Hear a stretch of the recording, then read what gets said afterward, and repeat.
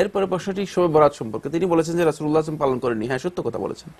কখনো রাসূলুল্লাহ সাল্লাল্লাহু আলাইহি ওয়াসাল্লাম এই শবে বরাত, তথাকথিত শবে বরাত যেটি, এটি কখনো পালন করেনি এবং শবে বরাত শব্দটাই রাসূলুল্লাহ সাল্লাল্লাহু আলাইহি ওয়াসাল্লামের কোনো হাদিসের মধ্যে আসেনি। শবে বরাত শব্দটাই রাসূলুল্লাহ সাল্লাল্লাহু আলাইহি ওয়াসাল্লামের কোনো হাদিসের মধ্যে আসেনি এবং এই শব্দটা ফার্সি শব্দ, এটা আরবি ভাষায়ও নেই। মানে এই শব্দটুকু আরবি ভাষায়ও নেই। মানে এমন দুর্ভাগ্য যে আমরা বিভ্রান্তির কোন পর্যায়ে গিয়ে পৌঁছেছি যে মানে এটি আরবি ভাষায়ও নেই, এটি ইসলামী কোনো পরিভাষাও নয়, ইসলামী কোনো দৃষ্টিভঙ্গি এর মধ্যে কাজ করে না। দ্বিতীয় নম্বর হচ্ছে সাহাবীরা কেউ, ঠিকই বলেছেন আপনি যে প্রশ্ন করেছেন, প্রশ্নের মধ্যেই উত্তর রয়েছে, সাহাবীরা কেউ এটি পালন করে নাই এবং তাবেঈনরা কেউ পালন করে নাই। ইমাম আবু হানিফা রাহমাতুল্লাহ আলাইহি, ইমাম শাফি রাহমাতুল্লাহ আলাইহি, ইমাম মালিক রাহমাতুল্লাহ আলাইহি, এক বছরে ইমাম আহমদ ইবনে হাম্বল রাহমাতুল্লাহ আলাইহি, এই ইমামদের মধ্য থেকে আইমাতুল ইজতিহাদ যারা ছিলেন, যারা মুজতাহিদ ছিলেন, এরা কেউ পালন করেছেন কোন সনদের মাধ্যমে, কোন বর্ণনার মাধ্যমে, কোন কিছুর মাধ্যমে সাব্যস্ত হয়েছে আমার জানা নেই। কোনো বর্ণনার মাধ্যমে সাব্যস্ত, তাদের জীবনী থেকে কেউ বর্ণনা দিতে পারবে না যে তাদের জীবনের মধ্যে তারা এটা পালন করেছেন, এটি সাব্যস্ত হয়েছে। সুতরাং এই বিভ্রান্তি, এই বেদাত পরবর্তী সময়ে অনেক পরে এই বেদাত চালু হয়েছে। 545 হিজরি পরে এই বেদাত চালু হয়েছে এবং এই বেদাত সমাজের মধ্যে এত প্রকট হয়েছে যে সমাজে এটা মনে হচ্ছে যেন একটা মৌলিক একটা ইবাদতের বিষয়ে পরিণত হয়েছে। সেখানে সরকারি ছুটি, সরকার মানে সেখানে সবকিছু রয়েছে, সেটা মনে হয় আমাদের উপমহাদেশে বেশি ঘটা করে করা হয়। উপমহাদেশের কথা আমরা বলতে পারবো না, তো বাংলাদেশে তো মানে ব্যাপক হারে আগে থেকে ঘটা করা হচ্ছে। আমার মনে হয় ভারতে সরকারি ছুটি নেই, মানে ভারতের ঘটা করে পালনের দিকটা আমাদের এই উপমহাদেশে এখানেই লক্ষ্য করা যায় সবচেয়ে বেশি, মূলত লক্ষ্য করা যায় না। আরব দেশগুলোতে নেই, তবে কিছু কিছু বেদাতি স্থানে রয়েছে, হয়তো সিরিয়াতে পাওয়া যায়, মানে সিরিয়ার আশেপাশে কিছু এলাকাতে এগুলো আগে পালিত হতো, খুবই সামান্য পরিসরে আগে পালিত হতো, অনেক বেশি পরিসরে সেটি রয়েছে। এরপরে আমি যে কথাটুকু বলবো সেটা হচ্ছে, এখন আপনি বলেছেন যে মানে এতে বলা হয় থাকে যে এতে আল্লাহ রাব্বুল আলামিন মানুষের এক বছরের মানে পরিপূর্ণ বছরের মানুষের ভাগ্য নির্ধারণ করে থাকেন। যদি শবে বরাতে করে থাকেন তাহলে লাইলাতুল কদরে কি করেন?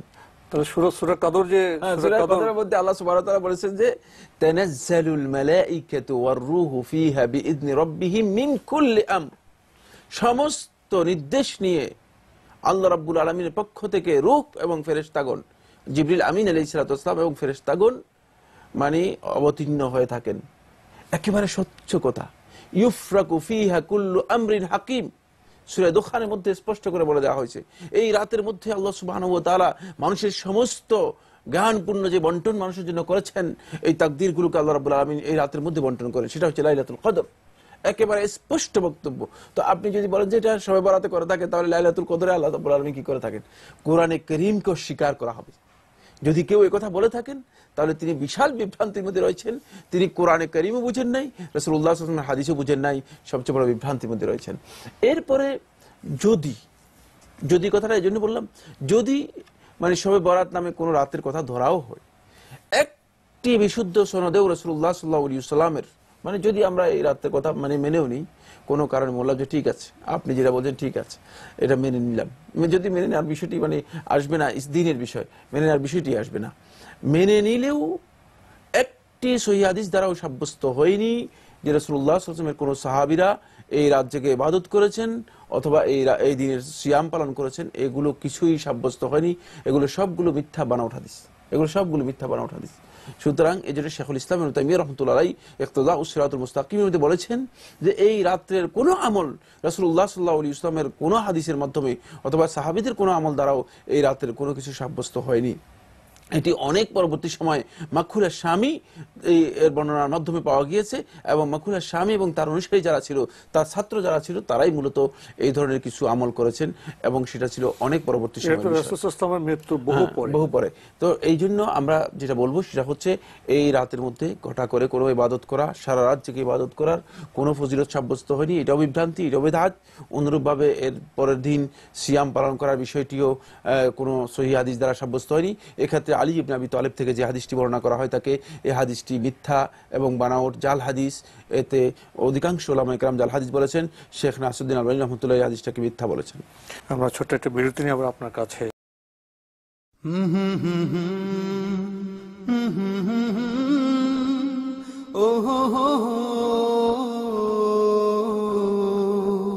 لبيك اللهم لبيك لبيك لا شريك لك لبيك আসসালামু আলাইকুম ওয়া রাহমাতুল্লাহি ওয়া বারাকাতুহু।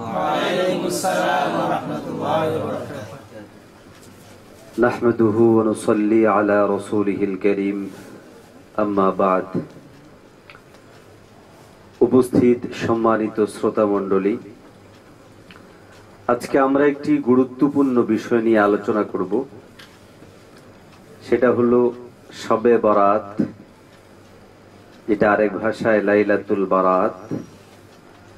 এটা প্রমাণিত আছে কিনা, এই দিবসে কোনো আমল আল্লাহ রাসূল সাল্লাল্লাহু আলাইহি ওয়াসাল্লাম থেকে সুন্নাহ সম্মতভাবে প্রমাণিত আছে কিনা, বিষয়টা বেশি গুরুত্ব রাখে এই জন্য যে বর্তমানে আমাদের এই উপমহাদেশে দু ধরনের ভাইদেরকে আমরা দেখতে পাই, যার মধ্যে কিছু ভাই চরম পর্যায়ে বাড়াবাড়ি করে দিবসটা নিয়ে, আবার কিছু ভাই এই দিবসে চরম ছাড়াছাড়ির একটা পরিচয় তারা এখানে দিয়ে থাকে।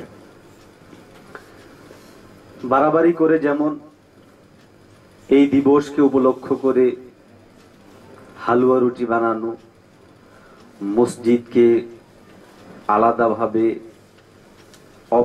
অপব্যয়মূলক সাজসজ্জা করা, বিভিন্ন নামাজ, নফল নামাজকে নির্দিষ্ট একটা নিয়মে আবিষ্কার করে মানুষের উপর চাপিয়ে দেয়া, এগুলো এক ধরনের বাড়াবাড়ি।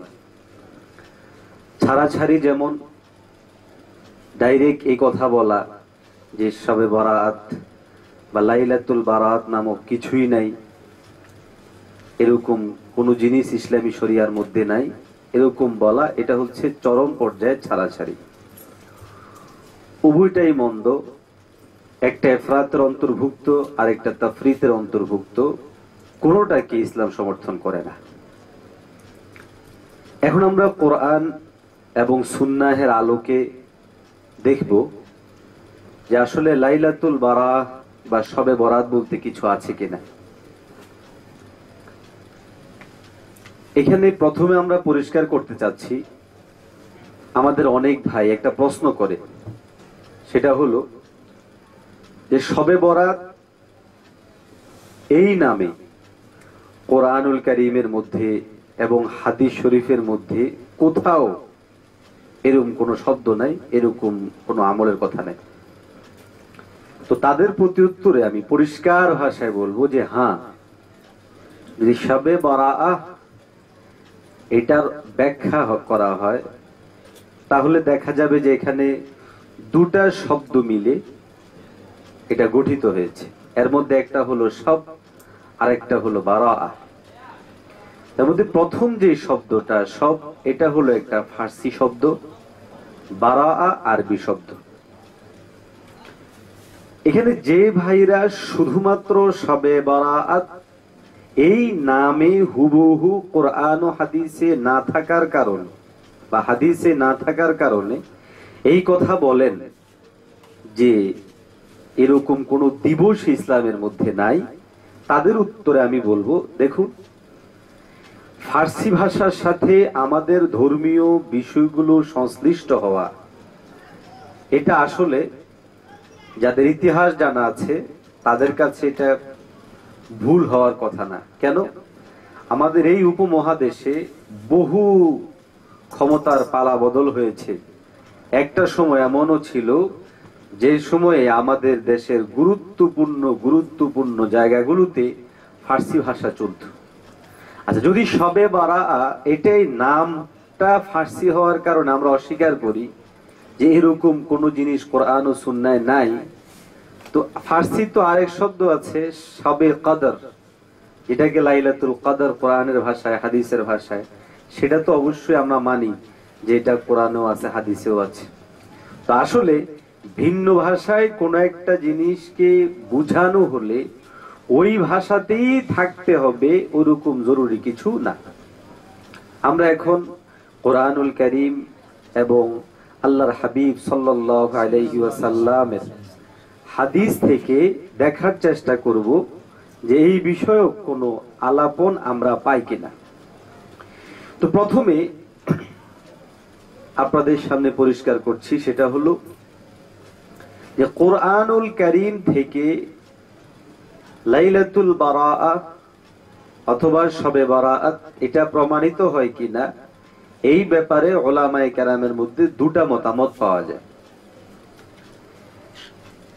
যেই মতামতগুলো বিখ্যাত তাফসীর গ্রন্থ তাফসীরে কাবীর, যেটা আরেকটা নাম হলো মাফাতিহুল গায়ব, এটার এই যে গ্রন্থ, এটার 14 নম্বর খণ্ডে 223 নম্বর পৃষ্ঠায় মুসান্নিফ রহমতুল্লাহি আলাইহি সূরা দুখানের 4 নম্বর এবং 3 নম্বর আয়াতে কারিমাকে এনে এই আয়াতে কারিমার মধ্যে, সূরার মধ্যে একটা আয়াত আছে, ইন্না আনজালনাহু ফি লাইলাতিন মুবারাকা। তো এই লাইলায়ে মুবারাকার ব্যাখ্যা কি হবে, এই ব্যাখ্যা করতে গিয়ে এক গ্রুপের মতামত হচ্ছে যে এখানে লাইলায়ে মুবারাকা থেকে উদ্দেশ্য হচ্ছে লাইলাতুল কদর। আরেক গ্রুপ বলে যে না, এখানে লাইলায়ে মুবারাকা থেকে উদ্দেশ্য হচ্ছে লাইলাতুল বারাআহ। কিন্তু মুসান্নিফ রহমতুল্লাহি আলাইহি তিনি এখানের মধ্যে পরিষ্কার করেছেন, সেটা হলো যে যদিও বা এখানের মধ্যে দুটা মতামত পাওয়া যায়, কিন্তু প্রথম মতামত অর্থাৎ লাইলাতুল মুবারাকা থেকে লাইলাতুল কদর এটাই উদ্দেশ্য, আর এই ক্ষেত্রে এটাই হচ্ছে অধিকাংশ ওলামায়ে কেরামের মতামত, এই জন্য তিনি এটাকে প্রাধান্য দিয়েছেন। বাকি এখানে একটা জিনিস পরিষ্কার হওয়া দরকার, সেটা হলো যে মুফাসসিরিনে কেরামদের একটি বৃহৎ অংশ, যেটার মধ্যে হযরত ইকরামা সহ অনেক গ্রহণযোগ্য মুফাসসিরিনগণ আছেন, যাদের মতামত অনুযায়ী এখানে লাইলায়ে মুবারাকা থেকে শবে বারাআত বা লাইলাতুল বারাআত উদ্দেশ্য। এবং তাদের দাবি হলো যে লাইলাতুল বারাআত যেটা, এটার মোট 4টা নাম রয়েছে। এক নাম্বার নাম হলো লাইলাতুল বারাআত, আরেকটা নাম হলো আল লাইলাতুল মুবারাকা, আরেকটা নাম হলো লাইলাতুল সাক, আরেকটা নাম হলো লাইলাতুল কদর। তাদের বক্তব্য হচ্ছে যে এখান থেকে এটাও উদ্দেশ্য নেওয়া যায়। তাহলে যেহেতু মুফাসসিরিনদের যদিও এই মতামতটা ওইটার তুলনায় কম গ্রহণযোগ্য, তারপরেও তো আমরা এখানে একটা বৃহৎ তাফসীর গ্রন্থ তাফসীরে কাবীর ইমাম রাজি রাহিমাহুল্লাহ লিখিত, এটা সারা বিশ্বে সমানভাবে সমাদৃত, এটার আলোকে এখানে একটা কথা এটা পেলাম আমরা যে একটা মুফাসসিরিনদের মতামত এই পক্ষেও আছে যে এখানে লাইলাতুল মুবারাকা থেকে লাইলাতুন নিসফি মিন শাবান এটা উদ্দেশ্য, অর্থাৎ শবে বারাআত উদ্দেশ্য। দ্বিতীয় নাম্বার হলো হাদিসের আলোকে আমরা দেখব যে শবে বারাআত বা লাইলাতুল বারাআতের কোনো প্রমাণ পাওয়া যায় কিনা। এই বিষয়ে আমরা যখন হাদিস গ্রন্থের দিকে তাকাই তো দেখা যায় প্রসিদ্ধ, গ্রহণযোগ্য এবং যাদেরকে আমরা সবাই চিনি এরকম সাহাবায়ে কেরামদের একটি বৃহৎ জামাতের মতামত হলো যে শবে বারাআত বা লাইলাতুল বারাআত প্রমাণিত, এটার আমলও প্রমাণিত। যেমন হযরত আবু বকর রাদিয়াল্লাহু তাআলা আনহু, হযরত আবু হুরায়রা রাদিয়াল্লাহু তাআলা আনহু, আম্মা জান আয়েশা রাদিয়াল্লাহু তাআলা আনহা, হযরত আলী কাররামাল্লাহু ওয়াজহাহু, হযরত সালাবা রাদিয়াল্লাহু তাআলা আনহু সহ প্রায় 10 জন সাহাবী থেকে হাদিস বর্ণনা পাওয়া যায়, যে হাদিসগুলোর মধ্যে সহিহও আছে, হাসান লিজাতিহি আছে, হাসান লিগাইরিহিও আছে। এর মধ্যে কয়েকটা হাদিসের সনদের ব্যাপারে মুহাদ্দিসিনগণ দাঈফ বলেছেন, দুর্বল বলেছেন। এখানে একটা জিনিস পরিষ্কার হওয়া দরকার, সেটা হলো আমাদের বর্তমান জামানায় যারা কোরআন এবং সহিহ হাদিসের দিকে মানুষদেরকে আহ্বান করে এবং সহিহ হাদিসের আলোকেই শবে বারাতকে অস্বীকার করে, তাদের একটা মূল নীতি হলো যে আমরা কোরআন এবং সহিহ হাদিস মানব। এজন্য এর বাহিরে আর যত হাদিস বলা হোক তারা এগুলা মানতে চায় না। আর এই আমাদের বাংলাদেশীয় অনেক ভাইদের মধ্যে রোগটা দেখা যায় আরো গভীর। সেটা কিরকম? কোন একটা মাসালা বললেই বুখারী শরীফে আছে, মুসলিম শরীফে আছে, মানে এইভাবে শুধু বুখারী এবং মুসলিমই যেন পুরা হাদিস সীমাবদ্ধ, এর বাহিরে অন্য কোথাও থাকলে হাদিস এটা মানবে না, এরকম একটা বিষয় তাদের মধ্যে পাওয়া যায়, যেটা অবশ্যই পরিত্যাজ্য। কেননা অবস্থা ভেদে বিভিন্ন সময়ে কখনো কখনো দাঈফ হাদিসের উপরেও আমল করা যায়। হাদিস সহি এর মধ্যেই সীমাবদ্ধ নয়, বরং হাদিসের আরো অনেক প্রকার রয়েছে। একমাত্র মৌজু হাদিস হচ্ছে আমল করার গ্রহণযোগ্য নয়, মৌজু হাদিসের উপর আমল করা যায় না। এছাড়া অন্যান্য হাদিসগুলোর উপরে যদি সহি হাদিসের সাথে টক্কর না হয় অথবা এর চেয়ে শক্তিশালী দলিলের সাথে টক্কর না খায়, সেক্ষেত্রে এগুলোর উপর আমল করা যায়। এটাই হচ্ছে আমাদের মতামত। তাহলে আমরা এখানে মোট কতজন সাহাবী থেকে বর্ণনা পাই? 10 জন সাহাবী থেকে আমরা এখানে বর্ণনা পাই। এবং এই বর্ণিত হাদিসগুলোর ব্যাপারে প্রসিদ্ধ উলামায়ে কেরাম, এমনকি যারা মাযহাবকে মানে না, লা মাযহাবীদের ইমাম, এদের মধ্যে একজন হলো আল্লামা আব্দুর রহমান মুবারকপুরী। উনি তার গ্রন্থ তুহফাতুল আহওয়াজি এর 3 নম্বর খণ্ডে 442 নম্বর পৃষ্ঠায় পরিষ্কার বলেছে, ফাহাদিহিল আহাদিসু বিমাজমুইহা হুজ্জাতুন, যে এই যে শবে বারাআত বিষয় বা লাইলাতুল বারাআহ বিষয়ে যে হাদিসগুলো বর্ণিত হয়েছে, এইগুলো সমষ্টিগতভাবে দলিল হবে ওই লোকের বিরুদ্ধে মান জাআমা আন্নাহু লাম ইয়াসবুত ফি ফাদিলাতি লাইলাতিন নিসফি মিন শাবান শাইউন, যে ব্যক্তি বলে যে লাইলাতুন নিসফি মিন শাবান, যে শাবানের অর্ধ মাসের যে রাত্র, সেই রাত্রের কোনো ফজিলত নেই বলে যে বলে, তার বিপরীতে এই হাদিসগুলো দলিল হতে পারে। অনুরূপ ভাবে শেখ আলবানী, যাকে আহলে হাদিস ভাইরা, লা মাযহাবী ভাইরা বা যারা আজকে শবে বরাতকে অস্বীকার করছে, তারা এক বাক্যে উনার কথাই তারা মেনে নেয়। উনিও পরিষ্কার ভাষায় তার লিখিত গ্রন্থ সিলসিলাতুল আহাদিস শরীফ, ওই গ্রন্থের মধ্যে পরিষ্কার ভাষায় বলেছেন যে এই বিষয়ক বর্ণিত যে হাদিসগুলো, এই হাদিসগুলো সহি। যারা বলেছে যে শবে বরাতের ফজিলতের হাদিস সহি নয়, তাদের এই কথাটি নির্ভরযোগ্য নয়। এই কথাটা তিনি দুই জায়গায় বলেছেন তার লিখিত গ্রন্থে। 1 নম্বর সিলসিলাতুল আহাদিস সহিহ 3 নম্বর খণ্ডের 183 নম্বর পৃষ্ঠা। একই কিতাবে তিনি আবারও বলেছেন, সেটা হচ্ছে 3 নম্বর খণ্ডে 135 নম্বর পৃষ্ঠা। তাহলে আমরা সমষ্টিগতভাবে বুঝতে পারলাম যে লাইলাতুল বারাআ ব্যাপারে যে সমস্ত হাদিসগুলো বর্ণিত হয়েছে, এই ব্যাপারে হাদিস বিশারদগণের মতামত হচ্ছে যে এইগুলোর সনদ সহি, এইগুলোর ফজিলত বিষয়, এগুলো আমল করা যেতে পারে। তাহলে এখন আমরা দেখব কয়েকটা হাদিস বিশ্বনবী সাল্লাল্লাহু আলাইহি ওয়াসাল্লামের সাহাবীদের থেকে বর্ণিত। 1 নম্বর হাদিস হলো হযরত মুআয ইবনে জাবাল রাদিয়াল্লাহু তাআলা আনহু থেকে বর্ণিত। তিনি বলেন, عن معاذ بن جبل رضي الله تعالى عنه عن النبي صلى الله عليه وسلم قال يطلع الله عز وجل على خلقه ليلة النصف من شعبان فيغفر لجميع خلقه إلا لمشرك أو مشاهد। হাদিসটি এসেছে বাইহাকি শরীফের শুআবুল ঈমানের মধ্যে 5 নম্বর খণ্ডে 272 নম্বর পৃষ্ঠা এবং আল মুআজ্জামুল কাবীর গ্রন্থের 20 নম্বর খণ্ডের 108 নম্বর পৃষ্ঠায় হাদিস নাম্বার হচ্ছে 215। হাদিসের অর্থ হলো হযরত মুআয ইবনে জাবাল রাদিয়াল্লাহু তাআলা আনহু বিশ্বনবী সাল্লাল্লাহু আলাইহি ওয়াসাল্লাম থেকে riwayat করে বলেন, আল্লাহ তাআলা শাবান মাসের 15 তারিখ রাতে সমস্ত সৃষ্টির প্রতি রহমতের বৃষ্টি দান করে সকলকে ক্ষমা করে দেন,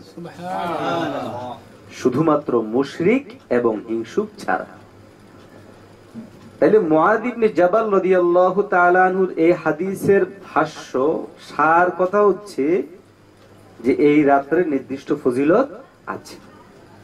এই হাদিসটির ব্যাপারে হাফেজ ইবনে রজব হাম্বলি পরিষ্কার বলেছেন যে সহিহ ইবনে হিব্বান মুসান্নিফ তিনি এটাকে সহিহ বলেছেন। দ্বিতীয় নাম্বার হলো শেখ আদনান আব্দুর রহমান বলেছেন এই হাদিসটি ফাজাইলুল আওকাত অধ্যায়ে বর্ণিত হয়েছে, যেটা হাদিস সনদ সহিহ হাসান। মুজামুল কবির গ্রন্থের মুহাক্কিক এবং বিশিষ্ট পর্যালোচক তিনি বলেছেন যে শবে বরাতের হাদিসটি বহু সূত্রে বর্ণিত, যারা সূত্রগুলো সম্পর্কে অবগত তাদের নিকট হাদিসটি নিঃসন্দেহে সহিহ হিসেবেই গ্রহণযোগ্য। তাহলে যে একটা হাদিস নির্ভরযোগ্য, গ্রহণযোগ্য, মুহাক্কিক ওলামায়ে কেরামদের নিকটে গ্রহণযোগ্য, সুতরাং এই হাদিসটি যেহেতু আছে, সুতরাং এই হাদিসকে অস্বীকার করলে আমরা মনে করি বিশ্ব নবীর উপর একটা মিথ্যারোপ করা হবে। দেখুন, ইনসাফের সাথে কথা বলা চাই। আল্লাহর হাবিবের বলেননি এরকম কথা বলা, এটা যেরকম মিথ্যা, আল্লাহর হাবিব বলেছেন কিন্তু সেটাকে অস্বীকার করা, এটাও কিন্তু মিথ্যা। আর উভয়টার ব্যাপারে বিষ্ণু বড় মারাত্মক ধমক দিয়েছেন যে মান কাযাবা আলাইয়া মুতাআম্মিদান ফালইয়াতাবাওয়া মাকআদাহু, যে ব্যক্তি আমার উপর মিথ্যারোপ করবে ইচ্ছাকৃতভাবে, সে যেন তার ঠিকানা জাহান্নামে করে দেয়। তো বিশ্বনবী বলেননি এরকম কথা যারা বলবে এরাও মিথ্যুক, বিশ্বনবীর উপরে মিথ্যারোপ করলো। আবার বিশ্বনবী বলেছেন কিন্তু না করা, এটাও বিশ্বনবীর উপর মিথ্যারোপ করা। আল্লাহ তাআলা আমাদেরকে হেফাজত করুক। দ্বিতীয় হাদিস, যেটা আম্মাজান আয়েশা রাদিয়াল্লাহু তাআলা আনহা থেকে বর্ণিত, হাদিসটি এসেছে তিরমিজি শরীফের 1 নম্বর খণ্ডে 156 নম্বর পৃষ্ঠা। আম্মাজান আয়েশা রাদিয়াল্লাহু তাআলা আনহা বলেন যে এক রাতে আমি বিশ্বনবীকে হঠাৎ পেলাম না, হারিয়ে ফেললাম। তো বিশ্বনবীকে খুঁজতে খুঁজতে আমি গেলাম জান্নাতুল বাকিতে গিয়ে আমি বিশ্বনবীকে দেখলাম। তো আমাকে বিশ্বনবী দেখে প্রশ্ন করছে, আয়েশা তুমি কি আশঙ্কা করেছো যে আমি তোমার প্রতি অবিচার করব? আম্মাজান আয়েশা পরিষ্কার ভাষায় বললেন, ইয়া রাসূলুল্লাহ, আমি ধারণা করেছিলাম আপনি অন্য কোন স্ত্রীদের ঘরে তাশরীফ নিয়ে গিয়েছেন কিনা। তো এর পরের পয়েন্টটা হচ্ছে আমাদের মূল উদ্দেশ্য। রাসূল সাল্লাল্লাহু আলাইহি ওয়াসাল্লাম অত্যন্ত মায়ার সাথে আম্মাজান আয়েশাকে বলছেন যে আয়েশা, শাবান মাসের 15 তারিখ রাতে আল্লাহ তাআলা দুনিয়ার আসমানে অবতরণ করেন এবং বনু কালব আরবের একটি গোত্রের নাম, যে গোত্রের ভেড়া হতো এবং ভেড়াগুলো তো খুব বেশি পশম হতো। আল্লাহর হাবিব বলছে, দেখো বনু কালব গোত্রে ভেড়ার মধ্যে যে পরিমাণ পশম হয় এর চেয়ে অধিক সংখ্যক লোককে আল্লাহ তাআলা এই রাত্রে মাফ করে দেয়। সুবহানাল্লাহ। দেখেন এখানে একটা পরিষ্কার হওয়া যায়, আমাদের অনেক ভাই যারা এই হাদিস মানে শবে বরাতকে অস্বীকার করে, তারা বলে যে আল্লাহ তাআলা প্রতি রাতেই নামে, এটা শুধু এই রাতের সাথে খাস নয়। আপনারা বলুন তো হাদিসের ভাষ্য কি বোঝা যায়? এই ফজিলতটা কি এই রাতের সাথে খাস নয়? অবশ্যই খাস। তাহলে এই হাদিস থেকেও আমরা লাইলাতুল বারাআ বা শবে বরাতের ফজিলত সম্পর্কে জানতে পারলাম। এই হাদিসের ব্যাপারেও সহিহ ইবনে হিব্বান বলেছেন যে এটা হাসান। তারপরে ইমাম ইবনে মাজাহ রাহিমাহুল্লাহ, তারপরে ইবনে আবি শাইবা তার গ্রন্থ মুসান্নাফের মধ্যে, ইমাম আহমদ রাহমাতুল্লাহি আলাইহি তার মুসনাদের মধ্যে হাদিসটা নিয়ে এসেছে এবং এই হাদিসটা অন্য হাদিসগুলোর সমর্থনে এসে সহিহ পর্যায়ে, আর এই জন্য এটাকে বলা হয় সহিহ লিগাইরিহি। সুতরাং এই হাদিস অনুযায়ীও পরিষ্কার হয় যে শবে বরাত বা লাইলাতুল বারাত নামে একটি মহিমান্বিত রাত আছে, এটাকে অস্বীকার করার কোনো কি নেই, সুযোগ নেই। 3 নম্বর হাদিস, যে হাদিসটা বর্ণিত হয়েছে হযরত আবি সালাবা আল খুশানি থেকে, তিনি বলেন যে আল্লাহর বিশ্ব নবী সাল্লাল্লাহু আলাইহি ওয়াসাল্লাম ইরশাদ করেছেন যে আল্লাহ তাআলা শাবান মাসের 15 তারিখ রাতে, কত তারিখ রাতে? 15 তারিখ রাতে স্বীয় বান্দাদের প্রতি বিশেষ দৃষ্টি দেন, অতঃপর মুমিনদেরকে ক্ষমা করে দেন আর কাফেরদেরকে তিনি সুযোগ দেন আর যারা বিদ্বেষ পোষণ করে তাদেরকে বিদ্বেষ পরিত্যাগ করা পর্যন্ত আল্লাহ তাআলা অবকাশ দিয়ে থাকেন, সুযোগ দিয়ে থাকেন। এই হাদিসটি এসেছে শোয়াবুল ঈমান 3 নম্বর খণ্ডে 381 নম্বর পৃষ্ঠায়, মুজামুল কাবীর গ্রন্থের 22 নম্বর খণ্ডে 223 নম্বর পৃষ্ঠায়। তো এই হাদিস থেকেও বোঝা যায় যে আল্লাহ তাবারক ওয়া তাআলা স্বীয় বান্দাদের প্রতি সারা বছর তো নজর দেয়নি, বাকি এই রাত্রে বিশেষভাবে নজর দেয়। তাহলে যারা এই কথা বলে আল্লাহ তো সারা বছরই আছে, এক রাতে কি আছে নাকি, তাদের এই দাবি ঠিক না। কেন হাদিসের মধ্যে পরিষ্কার আসছে, ইদা কানা লাইলাতুন নিসফি মিন শাবান ইত্তালা আল্লাহু ইলা খালকি, যখন শাবানের নিসফ হয় তখন আল্লাহ তাআলা নজর দেয়। তাহলে এই নজরটা হচ্ছে বিশেষ নজর। সুতরাং এই কথা বলে আল্লাহ তো সব সময় নজর দেয়, এটাকে অস্বীকার করার কোনো সুযোগ নেই। এখন দেখুন, হাদিসের আলোকে আমরা এই রাতে আরো অনেক ফজিলত আল্লাহর হাবিব সাল্লাল্লাহু আলাইহি ওয়াসাল্লাম থেকে পাই। হাদিসটি বর্ণিত হয়েছে মিশকাত শরীফে 1 নম্বর খণ্ডে 408 নম্বর পৃষ্ঠায়। বর্ণনাকারিণী হচ্ছেন আম্মা জান আয়েশা রাদিয়াল্লাহু তাআলা আনহা। তিনি বলেন যে রাসূলুল্লাহ সাল্লাল্লাহু আলাইহি ওয়াসাল্লাম বলেছেন, তুমি কি, আম্মা জান আয়েশাকে লক্ষ্য করে বিশ্বনবী বলছেন, তুমি কি জানো এই রাতে কি কাজ করা হয়? তো এই রাত মানে অর্থাৎ এই শাবানের মধ্যরাতে। আম্মা জান আয়েশা বলছেন যে আমি বললাম কি কাজ করা হয় হে আল্লাহর রাসূল? তিনি বললেন, এই রাতে পুরা বছর যতগুলো সন্তান জন্মগ্রহণ করবে তা লিপিবদ্ধ করা হয়, আর এই রাতে পুরা বছর কতগুলো লোক মৃত্যুবরণ করবে তাও লেখা হয়, আর এই রাতে বান্দাদের পুরা বছরের কার্যাবলী আল্লাহ তাবারক ওয়া তাআলা আসমানের দিকে উঠায় নেন। এই রাতেই আল্লাহ তাবারক ওয়া তাআলা বান্দার রিজিক নির্ধারণ করেন। তারপর আয়েশা রাদিয়াল্লাহু তাআলা আনহা বিশ্বনবীর কাছে জানতে চাইলেন যে আল্লাহর রহমত ব্যতীত কেউ কি জান্নাতে যেতে পারবে? তো বিশ্বনবী সাল্লাল্লাহু আলাইহি ওয়াসাল্লাম আম্মা জান আয়েশা রাদিয়াল্লাহু তাআলা আনহার এই প্রশ্নের প্রত্যুত্তরে 3 বার বললেন না, না, না। আয়েশা রাদিয়াল্লাহু তাআলা আনহা জিজ্ঞাসা করলেন, হে আল্লাহর রাসূল, আপনিও কি যেতে পারবেন না?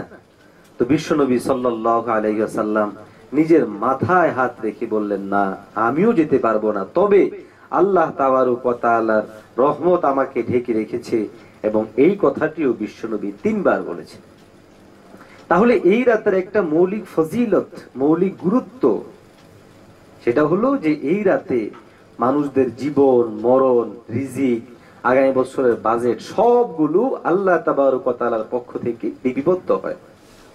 দ্বিতীয় একটি হাদিস যেটা বর্ণিত হয়েছে হযরত আলী রাদিয়াল্লাহু তাআলা আনহু থেকে, তিনি পরিষ্কার ভাষায় বলছেন, যখন শাবানের 15 রাত্র হয় তখন তোমরা নামাজ পড়ো, দিনের বেলাগুলোতে রোজা রাখো, রাতের বেলায় নামাজ পড়ো এবং দিনের বেলায় রোজা রাখো। বিশ্বনবী সাল্লাল্লাহু আলাইহি ওয়াসাল্লাম এই আদেশই করেছেন, ইদা কানাত লাইলাতুন নিসফি মিন শাবান ফাকুমু লাইলাহা ওয়া সুমু নাহারাহা, যখনই শাবান মাসের 15 তথা 15তম দিন আসে তখন তোমরা রাতের বেলায় তোমরা আল্লাহর কাছে নামাজ পড়তে থাকো, দিনের বেলায় রোজা রাখো। কেন? ফাইন্নাল্লাহা ইয়ানজিলু ফিহা লিগুরুবিশ শামসি ইলা সামাইদ দুনিয়া, কারণ আল্লাহ তাআলা এই দিনে প্রথম আসমানে নেমে আসে। দেখেন এখানেও একটা জিনিস পরিষ্কার হচ্ছে, সেটা হলো আমাদের অনেক ভাইরা বলতে চায় যে আল্লাহ তাআলা প্রতিদিনই নেমে আসে, এটাই রাতের বিশেষত্ব না। না ভাইরা, আলী রাদিয়াল্লাহু তাআলা আনহুর মতো এত বড় একজন সাহাবী পরিষ্কার ভাষায় বলছে এই রাতে নেমে আসে, এসে আল্লাহ তাবারক ওয়া তাআলা অত্যন্ত মায়ালু দরদ নিয়ে বান্দাদেরকে বলে, ফায়াকুলু আলা মিন মুস্তাগফিরিন লি ফাগফির লাহু, আছো কি আমার কোন এমন বান্দা ক্ষমা প্রার্থী, আমি তাদেরকে ক্ষমা করে দিব। আলা মিন মুস্তারজিকিন ফারযুকাহু, আছো কোন রিজিক সন্ধানী, তাদেরকে আমি রিজিক দান করব। আলা মুবতালিন ফাওয়াফিহি, আছো কি এমন কোন বান্দা যে বিপদগ্রস্ত, আমি তাকে বিপদ হতে পরিত্রাণ দিব, আছো কি এমন কেউ, আছো কি এমন কেউ, এইভাবে আল্লাহ তাআলা বলেন। হাদিসটি বর্ণিত হয়েছে সুনান ইবনে মাজার মধ্যে 1 নম্বর খণ্ডে 144 নম্বর পৃষ্ঠায়, হাদিস নাম্বার 1388 এছাড়াও শুআবুল ঈমানের 3 নম্বর খণ্ডে 378 নম্বর পৃষ্ঠায় এই হাদিসটি বর্ণিত হয়েছে। এই রাতে আরো একটি ফজিলত, বিশ্ব নবী সাল্লাল্লাহু আলাইহি ওয়াসাল্লাম বলেছেন, কেউ যদি এই রাত্রে ইবাদত বন্দিগিতে কাটাবে তাহলে আল্লাহ তাবারক ওয়া তাআলা তার জন্য জান্নাতকে অবধারিত করে দিবেন। জান্নাতকে অবধারিত করে দিবেন। এটা আমাদের বানানো কথা নয়। বিশ্ব নবী সাল্লাল্লাহু আলাইহি ওয়াসাল্লামের একজন সাহাবী হযরত মুআজ রাদিয়াল্লাহু তাআলা আনহু বলেন যে মান আহইয়া আল-লায়ালিয়াল খামস, যে ব্যক্তি 5 রাতকে সজাগ থাকবে, কয় রাতে সজাগ থাকবে? 5 রাতে। ওয়াজাবাত লাহু আল জান্নাহ, ওয়াজাবাত লাহুল জান্নাহ, তার জন্য জান্নাত ওয়াজিব হয়ে যায়। সুবহানাল্লাহ। একটা হচ্ছে লাইলাতুত তারবিয়া, আরেকটা হলো লাইলাতুল আরাফা, আরেকটা হলো লাইলাতুন নাহর, আরেকটা হচ্ছে লাইলাতুল ফিতর, আরেকটা হলো লাইলাতুন নিসফি মিন শাবান। তাহলে 1 নাম্বার হলো জিলহজ মাসের 8 তারিখের রাত, যেটাকে লাইলায়ে তারবিয়া বলা হয়। দ্বিতীয় নাম্বার হলো আরাফার রাত। তৃতীয় নাম্বার হলো ঈদুল আজহার রাত। 4 নাম্বার হলো ঈদুল ফিতরের রাত। আর 5 নাম্বার হলো শাবানের মধ্যরাত, যেটা আমাদের দেশীয় ভাষায় বাংলাদেশ, ভারত, পাকিস্তানে আমরা শবে বরাত বলে জানি। তাহলে এই রাতের ফজিলত আছে না নাই? তাহলে হাদিস থেকে পরিষ্কার ভাষায় যেই রাতের ফজিলত পাওয়া যায় এবং এই রাতের করণীয় আমল পাওয়া যায়, বিধায় আমাদের জন্য উচিত হলো যে এই রাতে আমল করা এবং এই রাতকে অস্বীকার না করা। তাহলে আমাদের করণীয় কি হলো? 1 নাম্বার, রাত্র জেগে আমরা নফল ইবাদত করব। স্বাভাবিকভাবে যেমন নফল ইবাদত করতাম ওইরকম ভাবে নফল ইবাদত করব। সালাতুত তাসবিহ পড়তে পারি, সাধারণ নফল নামাজ পড়তে পারি, দোয়া পড়তে পারি, ইস্তেগফার পড়তে পারি। তবে কোথাও কোথাও কেউ কেউ এই নির্দিষ্ট দিনে নির্দিষ্ট নামাজ, যে শবে বরাতের নামাজ, এবং সেটার জন্য আলাদা সূরা, আলাদা পদ্ধতি, এগুলো ইসলাম এই হাদিস সমর্থিত না, হাদিসের মধ্যে নেইও, ওইগুলা করা যাবে না। আরেকটা কি করতে হবে? দিনের বেলায় রোজা রাখা। আরেকটা হচ্ছে আমরা শবে বরাতে কবর জিয়ারত করতে পারি, যেমনটা বিশ্বনবী সাল্লাল্লাহু আলাইহি ওয়াসাল্লাম কবরকে জিয়ারত করেছে। আর এই শবে বরাতকে সামনে রেখে আমরা যেই কাজগুলো করব না, বর্জন করতে হবে, সেই কাজগুলো কি? সেই কাজগুলো হচ্ছে অবশ্যই মসজিদগুলোকে অতিমাত্রায় আলোকসজ্জা করা যাবে না, ঢোল তবলা ইত্যাদি বাজানো যাবে না, তারপরে হালুয়া রুটি বানাইতে হবে, খাইতে হবে, এরকম করা যাবে না। এছাড়াও আরো যত রকম কুসংস্কার আছে, মিষ্টির আয়োজন করা ইত্যাদি করা, এই সমস্তগুলো করা যাবে না। বরং আমরা শাহ মুহাদ্দিস দেহলভী রাহিমাহুল্লাহ এর বক্তব্যের মতো আমরাও বলবো যে এই দিবসে যে সমস্ত কাজগুলো হয়ে থাকে, আলোকসজ্জা করা বা বিভিন্ন কবরের মধ্যে বিভিন্ন লাইটিং করা, খাবার দেয়া, দেয়াল রঙানো, খেলতামাশা করা, আগুন জ্বালানো, ফটকা ফুটানো, এই সমস্ত জিনিসগুলো কোরআন হাদিস সমর্থিত নয়। এবং মহিলাদের উপর হালুয়া রুটি বানানোর জন্য চাপিয়ে দেয়া, এগুলো ইসলাম সমর্থিত নয়। তবে এইগুলাকে বিরোধিতা করতে গিয়ে আবার যে জিনিসটা হাদিসের মধ্যে আছে এবং এটা একটা প্রমাণ্য বস্তু, সেটাকে অস্বীকার কেউ করবে, এটাও আমরা কামনা করি না। বরং এই উভয়টা মতাদর্শ থেকে বের হয়ে মধ্যপন্থায় এসে সেটা হবে এরকম যে কোরআনুল কারীম এর আয়াত থেকে কোন মুফাসসিরিনদের মতামত অনুযায়ী আর হাদিসের 10 জন সাহাবী থেকে বর্ণিত হাদিস অনুযায়ী ফজিলত এবং নির্দিষ্ট যে আমল আছে, এই আমলগুলো আমরা এই দিবসে করব। অতিরিক্ত যে সমস্ত আমল ইসলামী শরিয়া সমর্থন করে না, ওই সমস্ত জিনিসগুলোকে আমরা বাদ দিব। ডাইরেক্ট যেরকম অস্বীকার করা যাবে না, আবার নিজস্ব মন গড়া মতো আমলও এটা সৃষ্টি করা যাবে না। আল্লাহ তাবারক ওয়া তাআলা আমাদেরকে সহিভাবে এই সমস্ত বিষয়ের উপর আমল করার তৌফিক দান করে, জোরে বলে আমিন। এই বিষয়ে আমাদের অনেক বড় বড় উলামায়ে কেরামগণ গ্রন্থ লিখে গেছেন এই বিষয়ে প্রমাণ্যতার উপরে। যেমন ইমাম গাজ্জালী রাহিমাহুল্লাহ ইহয়া উলুমিদ্দিন, শেখ আব্দুল কাদের জিলানী রাহিমাহুল্লাহ গুনিয়াতুত তালিবিন, ইমাম নববী রাহিমাহুল্লাহ রিয়াদুস সালিহিন, মুহাদ্দিস দেহলভী রাহিমাহুল্লাহ মা সাবাতা বিসুন্নাহ, থানবী রহিমাহুল্লাহ ওয়াজ ওয়া তাবলীগ, মুফতি শফি রহিমাহুল্লাহ লিখেছেন হাকিকতে শবে বরাত। সুতরাং আমরা এই গ্রন্থগুলো আমাদের গবেষণা রাখতে পারি, পড়াশোনা রাখতে পারি, তাহলে এই বিষয়ে যাবতীয় ভুল ত্রুটি আমাদের দূর হয়ে যাবে। আল্লাহ তাআলা আমাদেরকে আমলের তৌফিক দান করুক। ওয়া আখিরু দাওয়ানা আলহামদুলিল্লাহি রাব্বিল আলামিন।